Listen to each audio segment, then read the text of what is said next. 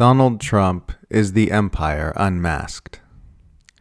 During his inaugural address, the new president of the United States was refreshingly open about the fact that Washington is the hub of a continuously expanding empire which is ruled by billionaire plutocrats.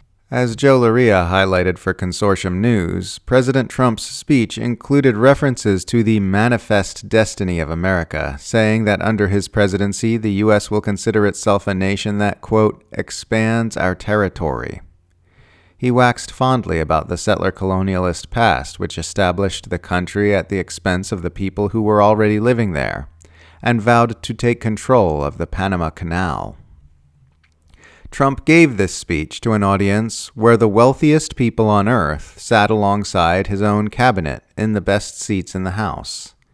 Elon Musk, Jeff Bezos, Mark Zuckerberg, and Google CEO Sundar Pichai were seen together in the crowd among the more official members of the incoming administration.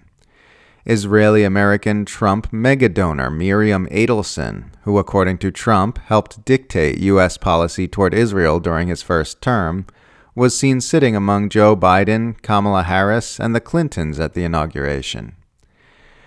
There will reportedly be no fewer than 13 billionaires with official roles in the new Trump administration.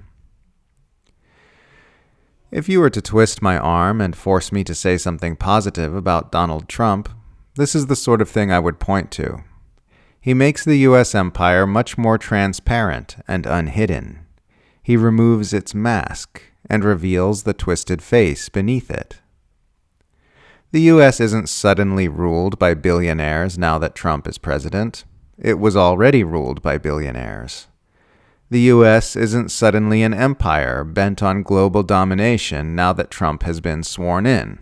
That was already the case. But you're not supposed to just come right out and say that.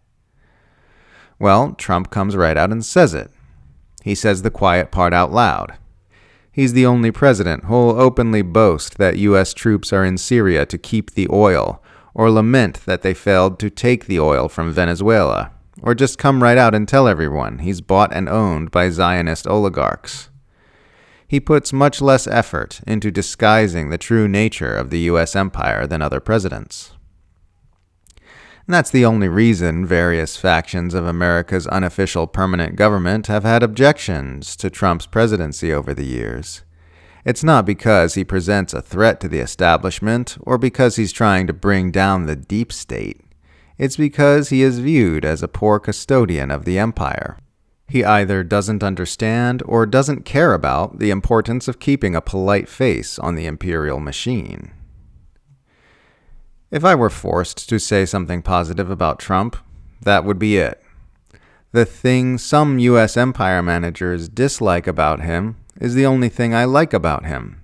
That he makes the U.S. empire a less effective evil because of how much less hidden he keeps the inner workings of the machine. The hood stays popped open the entire time, showing the world how the imperial sausage gets made. Not that there haven't been plenty of mask-off moments during the dementia-muddled chaos of the Biden administration as well.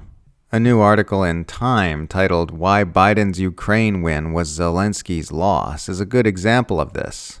The report cites a former member of Biden's National Security Council saying that victory for Ukraine was never part of the Biden administration's plan.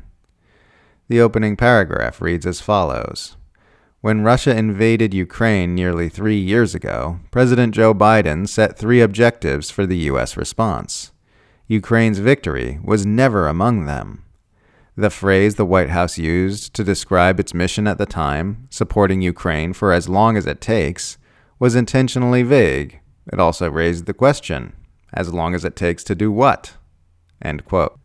Ukraine's victory was never among them. Talk about a mask-off moment. It has long been clear that the U.S. pushed Ukraine into an unwinnable war with the goal of bleeding and preoccupying Moscow, and that it actively sabotaged peace negotiations in the early days of the war in order to pursue these goals. Now that the job has been done and the demented meat puppet is out of office, we are finally hearing it from Biden's own handlers in his administration.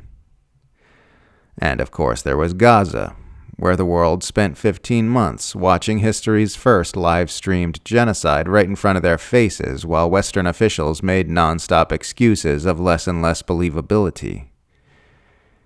If there is to be any good to come from that incomprehensibly horrific nightmare, it's that it has shown everyone the true face of the empire. The more glimpses people get of the true face of the empire, the less effective the imperial propaganda becomes, because propaganda only works if you believe it.